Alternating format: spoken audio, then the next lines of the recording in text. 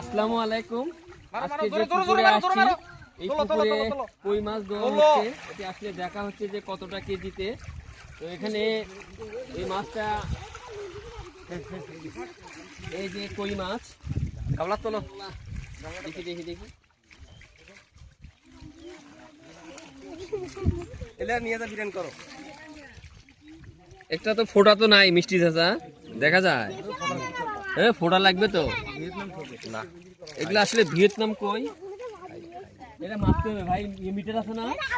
হ্যাঁ, মিটারটা নিয়ে এসো তো, মিটারটা নিয়ে এসো। এই কই মাছটা এখানে পোনা থেকে এ পর্যন্ত 1.5 মাস সময় হয়েছে। এই মাছটা আমরা এখানে হয়তো আরো 60 থেকে 65 দিন পাইবো।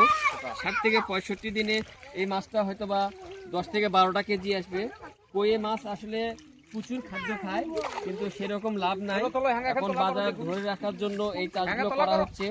তো সবসময় যে মাছ বাজার খারাপ যাবে এমন না, কিছু সময় ভালো যাবে, আবার কিছু সময় খারাপ যাবে, যার কারণে মাছ চলমান থাকবে। আর এখন উৎপাদনটা বেশি হয়ে গেছে, খামারিদের সংখ্যাও বেশি হয়ে গেছে। তিনি একজন নতুন খামারি হিসেবে এই পাশে হলো কই দিয়েছে। আর এই পাশে যে পুকুরটা আপনারা দেখতে পাচ্ছেন, এটা প্রায় টোটালি 10 থেকে 12 শতক হবে। প্রথম দিন এখানে টান দিয়ে হলো 25 মণ শিং উঠেছে। আজকে কয় মণ উঠবে এটা আমরা জানি না। আর এই মাছটা আমরা 20 টাকা কেজি হিসেবে 8,500 টাকা মণ দরে দেওয়া হয়েছিল। আশা অনুরূপ একটি ভালো রেজাল্ট আসবে। তো সেই পর্যন্ত সবাই ভালো থাকবেন।